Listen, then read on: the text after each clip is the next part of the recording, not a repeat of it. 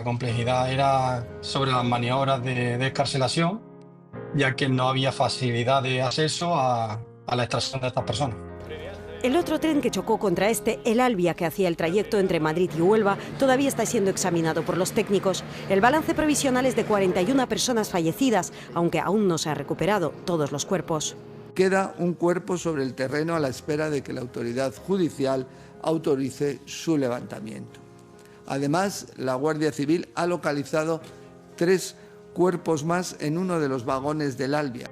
Ya han finalizado las autopsias de 38 cuerpos, 10 están identificados. Hay 43 denuncias por desapariciones que los familiares presentaron en las comandancias de Huelva, Madrid, Córdoba, Sevilla y Málaga, y hoy algunos siguen sin saber dónde están.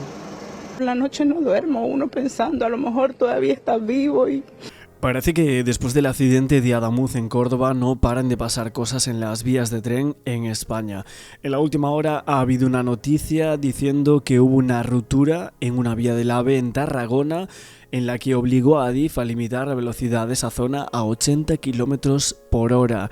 Ayer hablábamos de que un maquinista decía que había zonas que ahora estaban a 100, otras a 80 km por hora, otras donde supuestamente antes se iba a más de 300 km por hora, se había reducido la velocidad. Pero nos vamos a preguntar aquí el por qué es tan importante, y es que hubo un maquinista en estas últimas horas que notificó una incidencia en una línea de alta velocidad Madrid-Barcelona en el entorno de La Espugla de Francolí. En este momento Adif movilizaba a sus equipos de mantenimiento para realizar esas intervenciones para reparar el carril, y así sumamos un nuevo problema en la principal línea de alta velocidad en España. Según confirman las fuentes de Adif, se tomó la decisión de limitar a 80 kilómetros la velocidad en un tramo de la línea de alta velocidad después de que ese maquinista reportase otra nueva incidencia. De forma inmediata, Adif movilizaba a sus equipos, o eso dicen, para que revisaran las instalaciones y realizaran las primeras intervenciones para reparar aquel carril. La circulación al paso por ese punto se había reducido mientras se concluían todos los trabajos. Lo que pasa es que Adif lo que resalta es que se trataría de otra nueva rotura, reiterando que se movilizaron a los equipos muy rápido en cuanto se tuvieron conocimiento de los daños de la vía, y ahora mismo está totalmente segura. Una incidencia que abre otro frente más en un sector que vivió una grave crisis que comenzó con ese trágico accidente en Adamuz en Córdoba en el que fallecieron 45 personas, y la última novedad que hemos conocido de todo lo sucedido era la confirmación del punto en el que se produjo el descarrilamiento, un carril fabricado en 2023, instalado en 2025 y que a su vez estaba unido a uno del tramo original instalado en el 92. Hacía meses que se había hecho esto. Las imágenes que compartía Óscar Puente este domingo mostraban el tramo renovado, pero confirmaban que existían zonas del tramo original y que el tramo accidentado era en el que se conectaban estas dos vías. Concretamente, esa parte de la vía había soldados carriles nuevos con carriles inaugurados en el 92, como se podía comprobar en las fotos publicadas por el mismo ministro. Eso sí, el que acabó colapsando fue el nuevo fabricado en 2023, aunque este estaba unido a uno del proyecto original con el que no hubo problema. Y en cuanto al accidente de Adamuz, los investigadores ya tienen una idea sobre lo que provocó la ruptura del carril por el que circulaba el Lirio. Apuntan a un fallo en la soldadura y alejan la hipótesis de que el origen estuviera en las rodaduras del tren.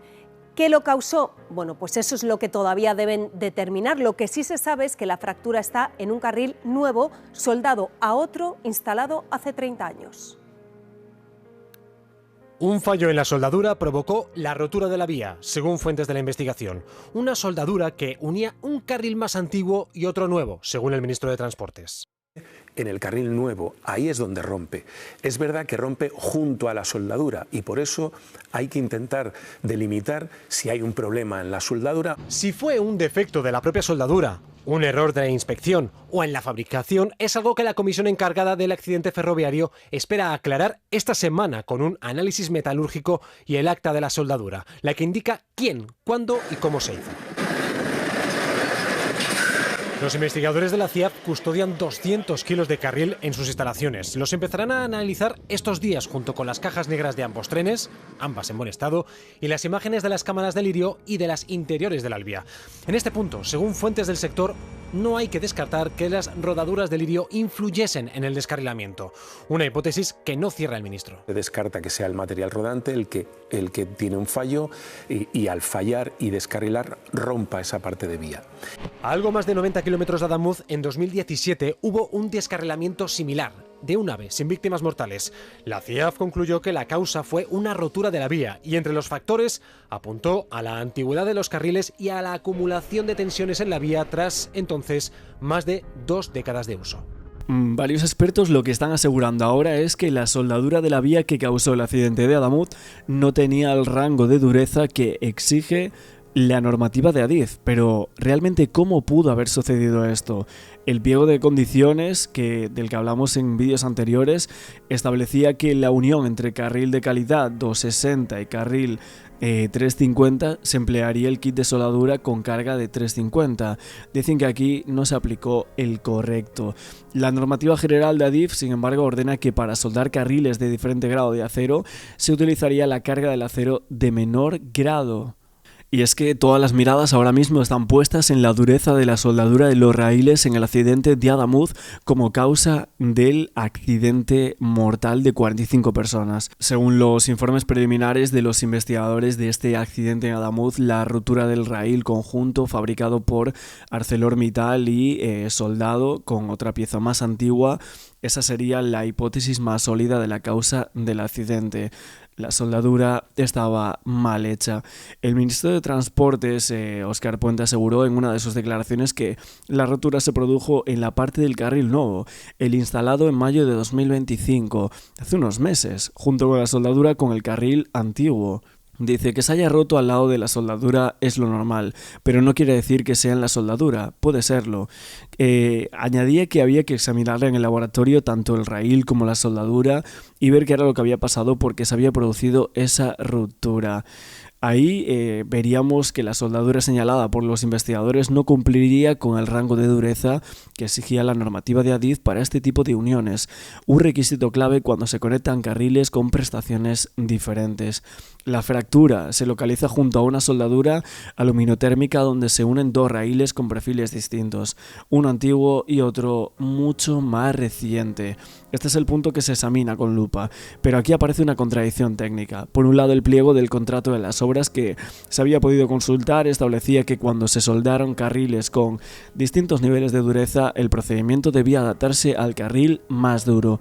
Y por el otro, la normativa interna Adif, recogida en la norma técnica, en sus versiones de 2018 y 2024 establecía el criterio opuesto. Decía, para efectuar dicho soldeo se utilizará la carga correspondiente al acero de menor grado de ambos carriles. Esto especifica el documento. Y así tenemos una contradicción escrita. Además, este tipo de soldaduras deben pasar unos exámenes periódicos y el ministro aseguraba en una rueda de prensa que la última auscultación por ultrasonido se había realizado en noviembre. Algo que él mismo luego desmiente. Atrás, entonces, más de 2 décadas de uso. Y sobre el terreno, en el lugar del accidente en Adamuz, se han retirado ya todos los vagones de los 2 trenes siniestrados y las vías están ya despejadas. Ahora los trabajos se centran en intentar restablecer el servicio cuanto antes, pero eso, Javier Díaz, se puede retrasar, ¿no? Así es, Adif marcó desde un principio el 2 de febrero como la fecha del regreso del tráfico ferroviario por las vías accidentadas. Sin embargo, ahora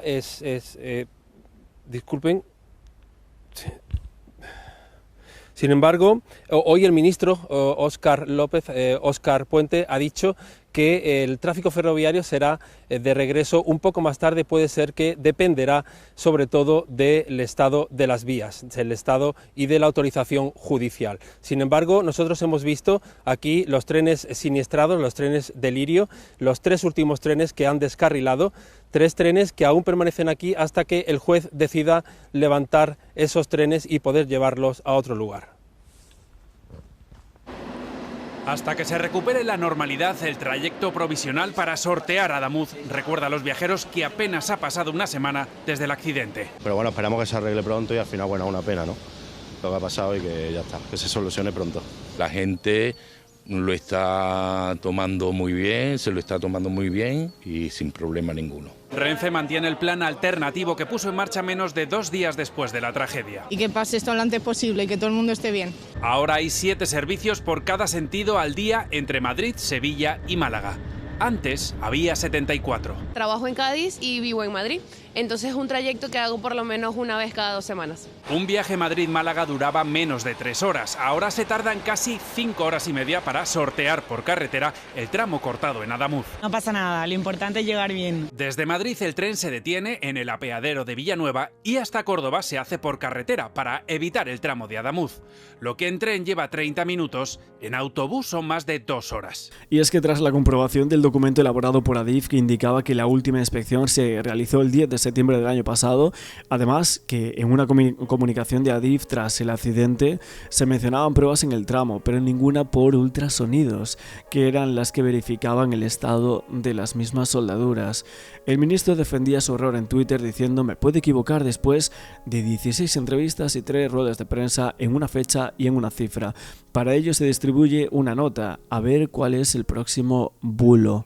El problema de los bulos y lo que está diciendo aquí Óscar Puente, que él decía de manera integral, esto lo pone al parecer en un documento de Adif, pero luego vemos que él dijo completamente renovada, que era imposible que hubiese esa ruptura. En otra rueda de prensa dijo recién renovada, también que hubo 4 inspecciones. Ahora os lo voy a dejar todo colocado en un vídeo que son de La Sexta, que me está alucinando La Sexta en contra de Óscar Puente y subrayando algunas cosas muy importantes, diciendo que fuentes de Adif lo habían comentado e incluso que estaba renovada a partir del año 2021, cosa que no es cierta. O sea que al final este señor dijo que se había renovado de punta a punta, o sea, de punta a punta.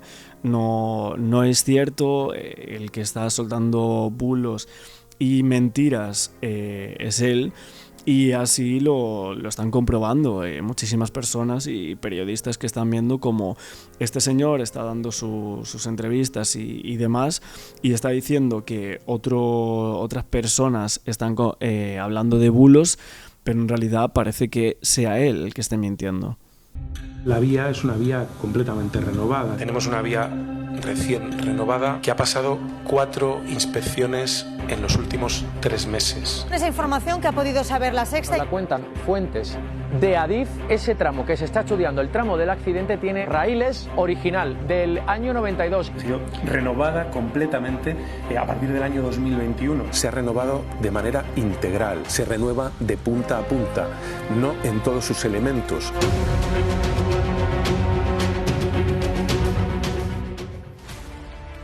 Bueno, pues el ministro que ha precisado esta mañana que cuando dice renovada completamente no quiere decir con todos los materiales. La tensión política que va a más con el accidente de Adamuz y el enfado y la indignación crece también entre las familias de las 45 víctimas.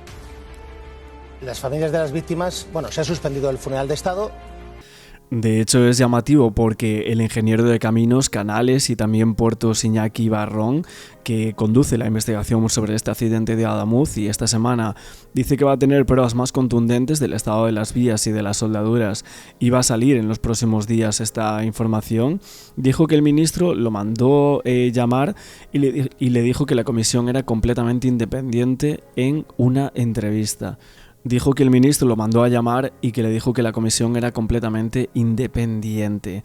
Aparte, él comenta que pidieron a Adif saber por qué unos tramos de la vía se habían cambiado y otros no. Esto es importante porque en este informe exactamente se preguntan qué se ha hecho, por qué unos tramos sí, otros no. Todo esto en la entrevista oficial de Ingenieros de Caminos, este hombre apuntó que por el momento todo parecía evidenciar que la causa principal del accidente fue una rotura no tanto del carril, sino de una soldadura, como ahora estamos comentando. Y es que en las últimas horas la atención se centra en esos 2 carriles en esos años y este ingeniero así lo decía. Comentaba, juntar dos carriles de épocas distintas en principio no es causa de ningún tipo de anormalidad, siempre que se tenga en cuenta que se haga bien.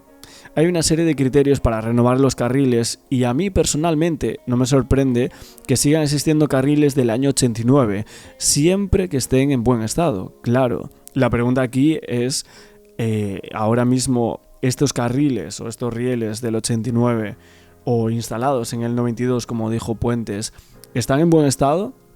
Es otra pregunta, ¿no?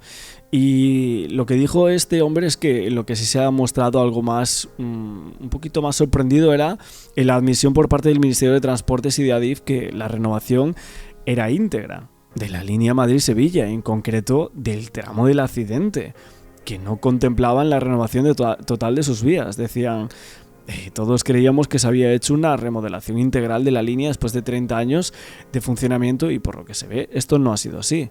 Se han renovado algunos desvíos, que era una parte que por lo visto presentaba problemas que podían llegar a ser críticos, y alguna parte más del carrilaje y algún elemento más que este hombre dijo que iban a explorar, pero precisamente una de las cosas que habían pedido ahora a Adif, esta investigación independiente, es que les informasen de exactamente qué se había hecho, por qué y por qué unos tramos sí y otros no.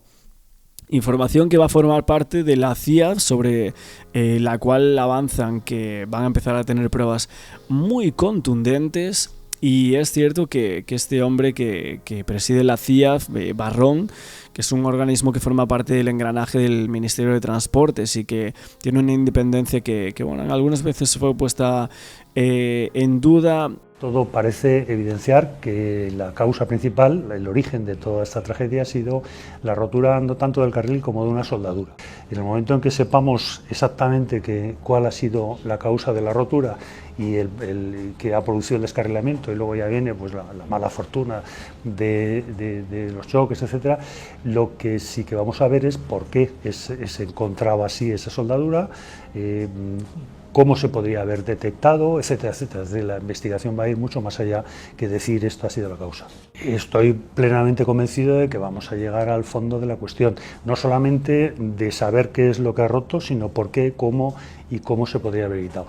Esta semana va a ser cuando vamos a empezar a tener ya pruebas más contundentes. El juntar dos carriles de épocas distintas en principio no es causa de ningún tipo de anormalidad, siempre que se tenga en cuenta, siempre que se haga bien. Todos creíamos que se había hecho una remodelación, una renovación integral de la línea Madrid-Sevilla después de 30 años de funcionamiento, y no ha sido así. Se han renovado los desvíos, que era una parte que por lo visto presentaba algunos problemas que podrían llegar a ser críticos, y alguna parte más del carrilaje y algún elemento más que vamos a comprobar. Y precisamente ahora es una de las cosas que hemos pedido a Adif, que nos informe de exactamente qué se ha hecho, por qué y por qué unos tramos sí y otros tramos no. Hay una serie de criterios para renovar los carriles y bueno, a mí personalmente no me sorprende que sigan existiendo carriles del año 89, siempre que estén en buen estado, claro. El balasto en principio no parece que tenga una intervención especial en este accidente. Desde el punto de vista de la seguridad, yo no creo que sea necesario aumentar el número de personas que vayan a bordo del tren, en principio. La reflexión podría llevarnos a recomendar que el trazado de las nuevas líneas, la separación entre ejes de vía sea mayor. Yo personalmente creo que la distancia entre vías tenía que tender a ser 5 metros siempre. En este caso es una línea antigua y tiene 4,30 metros, como lo tenían las líneas francesas en aquella época. En algunas líneas más modernas se va a 4,50 y yo creo que somos un poco tacaños en eso. También hay unos dispositivos, hemos visto en Japón que todos los bogies de los trenes de alta velocidad tienen una especie de lengüeta cuya función es que en caso de descarrilo chocar contra el carril y evitar que se desplacen hacia otro sitio. Esas son cuestiones de diseño que habrá que analizar y que habrá que reflexionar. La CIAF no tiene por misión establecer culpabilidades, sino es una máquina de aprender.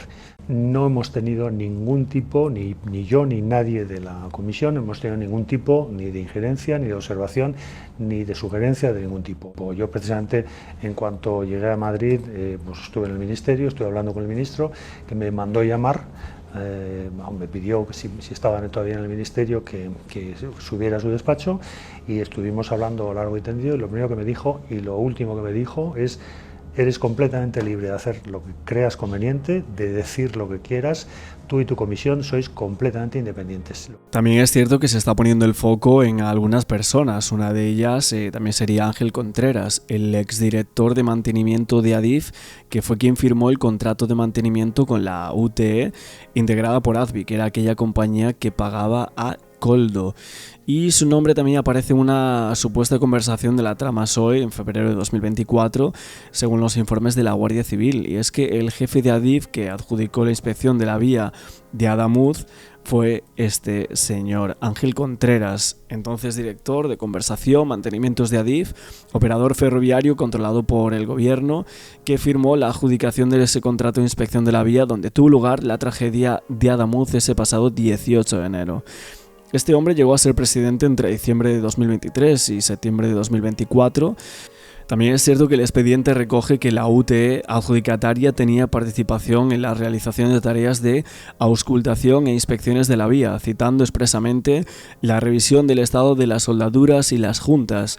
Según el ministro de Transportes y Movilidad Sostenible, el señor Óscar Puente, ninguna de las auscultaciones realizadas en tiempo y forma detectaron fallo alguno. Tanto la Guardia Civil como la Comisión de Investigación de Accidentes apuntaban la ruptura de la soldadura como causa principal de este accidente. Pero en cuanto a la investigación de la UCO que compromete a Contreras, sobresale un elemento que vincula a este ex jefe de Adif con un posible amaño a favor de la empresa constructora. Se trata de un mensaje de WhatsApp interceptado por la Guardia Civil que fue enviado por Daniel Fernández Menéndez, administrador de OPR, a Koldo García el 19 de febrero del año 2024. Este mensaje, incorporado por el informe de la UCO, dice lo siguiente: se va a aclarar una emergencia de bastante importe, más de 1,5 millones. Lo razonable es que la haga el adjudicatario, pero al ser una UTE tiene que firmar el contrato una de las empresas y preferimos que sea OPR. Hay que tener cuidado, pues podría colarse los del mantenimiento que son Copasa Cosvensa. Ángel, sabes que nos ha quitado 600.000 en esa obra y debe ayudarnos, pero ya sabes, ya hablaremos de los detalles. El problema aquí es que los agentes de la Guardia Civil consideran que ese tal Ángel es Ángel Contreras, presidente de Adif por aquel entonces, y la referencia nos ha quitado 600.000 aludiría a una reclamación presentada por OPR en septiembre de 2022 por una obra de 2019 en el tramo Monforte de Lemos-Lugo, adjudicada en 2021 a una UTE en la que participaba esa empresa. Ahí tenemos ese mensaje, esa conversación que filtra la UCO entre un empresario de la compañía OPR y Koldo García, donde aparece citado supuestamente Ángel Contreras. Esta trama, como estamos viendo, es gigante, y ahora mismo con lo que ha pasado en Adamuz, pues se ha vuelto a poner en foco en Koldo, en Ábalos y en las otras personas que estarían por detrás de todas estas vinculaciones con Adif, por ejemplo, que se remontan a 2018, cuando se asumían roles clave en mantenimiento, conservaciones, llegando a la presidencia del operador ferroviario bajo el mando de Óscar Puente. Además del apoyo que por parte del voluntariado se le está dando, al final el apoyo también entre las familias que han pasado por lo mismo, se están produciendo sinergias de apoyo emocional que son muy válidas para ahora, para la situación que están viviendo. Y es también algo muy importante el tener la información cerca. Sabe que aquí es donde le van a facilitar esa última hora de los desaparecidos, y es aquí donde se lo dicen tanto vosotros como el personal de Guardia Civil. También queríamos hablar un poco de esta mañana que se han escuchado gritos de dolor, lamentos. Aquí le dicen si sigue desaparecido o si finalmente han encontrado el cuerpo. Claro, aquí ese es su espacio seguro, ellos saben que la información está aquí, con lo cual por eso quieren estar aquí el máximo tiempo posible, no quieren irse al hotel porque están esperando esa incertidumbre que llevan ya muchos días y muchas horas aguantando, y lógicamente pues las personas llega un momento que el agotamiento, la ira, la desesperación, y se oyen por momentos de llanto, de dolor, y que es normal, que hay que normalizarlo porque está en una situación muy dramática, pero cada uno tiene derecho a expresarse como quiere. Sí, que tenemos que decir que han insistido mucho en que se aceleren todos esos trámites porque quieren saber algo cuanto antes mejor. Lo que tenemos que decir es que el último dato que tenemos del Centro Integrado de Datos que se está encargando de todo esto es que en el Instituto de Medicina Legal de aquí de Córdoba ya han terminado con la autopsia de los 38 cuerpos que les han llegado. Los familiares se aferran a la esperanza de recibir noticias de sus seres queridos, como Yamilet, que busca a su cuñado, o Javier, que busca a Agustín. Es un milagro que estuviera vivo por ahí, pero si no, pues lo que sea, pero queremos ya una respuesta, por favor. Iba en tripulante del Albia, iba en cafetería y no sabemos nada de él. Era tripulante en el Albia. Hoy la familia ha contado que se libró del accidente de Angrois de 2013 porque cambió el turno.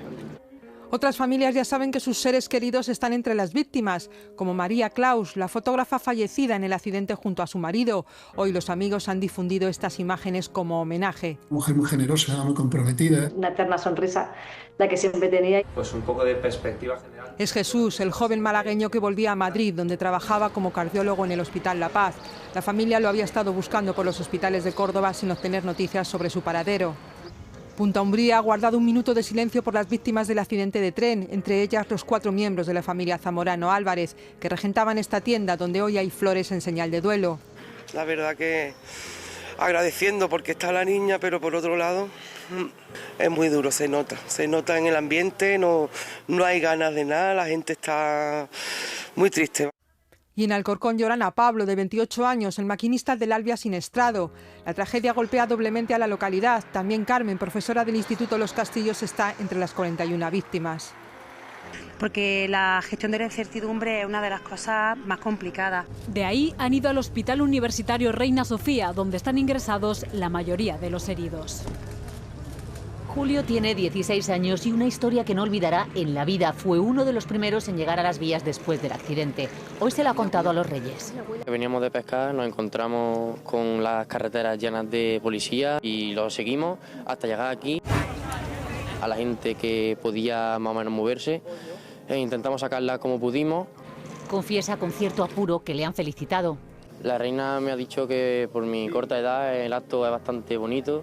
Y explica que cuando descubrieron que había otro tren accidentado, el Albia, su amigo José y él fueron corriendo sin dudarlo. Mi cuerpo se convirtió en otro y solo pensaba en ayudar. El trayecto de 800 metros para acá y 800 metros para acá, al menos unas 6 veces, y yo no me paré ni a pensar si estaba cansado, nada.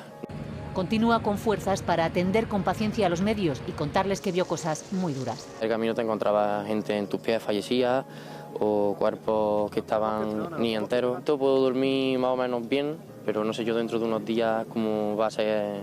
De momento se queda con haber podido ayudar con todo lo que pudo, hasta prestando sus zapatos. Este accidente ha dejado sin línea de alta velocidad a Andalucía. Toda la vía está cortada y no se prevé que se reabra, que se normalice hasta por lo menos el 2 de febrero. Así que Renfe ha puesto en marcha un plan alternativo de transportes. Estamos en directo en Atocha. Marta Rodríguez nos deja esto que ha ocurrido, también una imagen insólita ahí en la estación. Sí, efectivamente, nos deja una imagen muy poco habitual porque esta es la estación de Atocha a esta hora con muy pocos pasajeros, como podéis ver, y eso que acaba de llegar un tren procedente de Pamplona. De hecho, durante toda la mañana hemos visto más periodistas que pasajeros, al menos procedentes de Andalucía. Algunos sí ha llegado por ese plan operativo especial que ha puesto en marcha Renfe, que estará en funcionamiento, como decíais, hasta el 2 de febrero, que es cuando se estima que acabarán los trabajos en el tramo afectado y que consiste en 7 trayectos diarios, eso sí, 7 por frecuencia, aunque parte de ese trayecto se tiene que hacer por carretera. Son muchas menos frecuencias de las habituales y esto obliga a los pasajeros a buscar otras alternativas, sobre todo por carretera, especialmente en autobús y en coches compartidos. En Córdoba cogeremos el bus y de ahí iremos a Ciudad Real. Es una alternativa que dentro de lo malo es lo menos malo que ha podido pasar. Son algunos de los viajeros del plan especial de Renfe para conectar Madrid y Andalucía. Esta mañana en la estación de tren de Málaga algunos se quejaban de las colas para conseguir un nuevo billete que cuesta 40 euros en turista. Tenemos que volver a sacar otro número. Renfe señala que es un plan limitado para los que tengan que desplazarse por motivos estrictamente necesarios. Por eso la mayor parte de los viajeros buscan otras opciones como alquilar un coche pese a los elevados precios. Y ha subido un 50% más respecto a un mes que lo cogí atrás. El doble, hasta el triple del presupuesto que teníamos pensado. Entonces ahora estamos pensando en alternativas como por ejemplo